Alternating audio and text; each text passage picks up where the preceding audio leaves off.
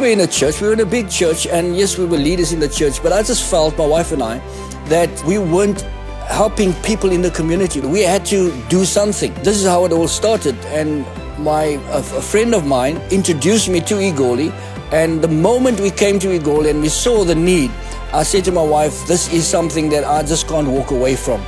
And initially we just fed people and gave them clothing, those who needed clothing. And there were certain times when there were disasters, like some of the shacks burned down, and we rallied around them. But I always felt that this was just a plaster that we're putting on an open wound. We had to do something more tangible.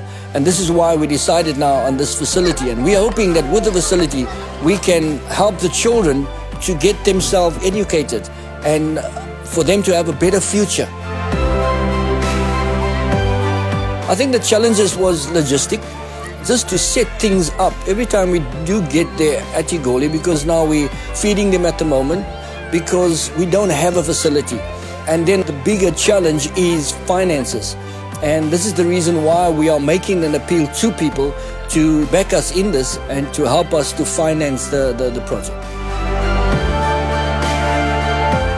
The people here of Igoli, they mostly need that, especially like a school, a church, activity program, training centers. That will be great for this place, especially for the kids, the youngsters.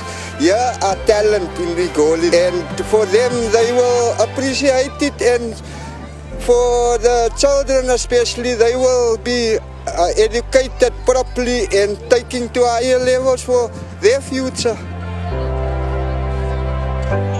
Yeah, in Igoli is a lot of challenges because why is no work, is no playground for the kids to play. And when we get help from anybody, we're gonna improve, because why the children, they get lost because why there isn't something they can focus on, you see. You know, this is not about church, it's a human problem.